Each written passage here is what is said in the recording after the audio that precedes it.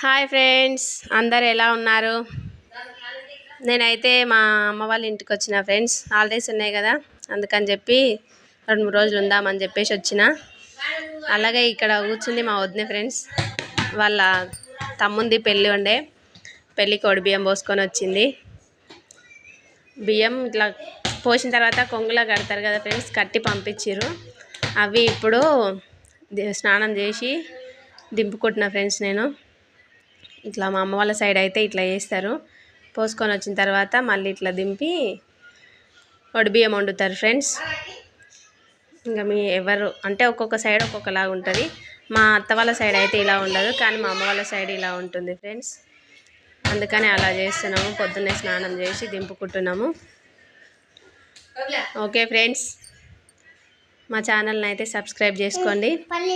ఇప్పుడైతే అందరికి బాయ్. మరో వీడియోతో మళ్ళీ కలుద్దాం ఫ్రెండ్స్. Okay bye.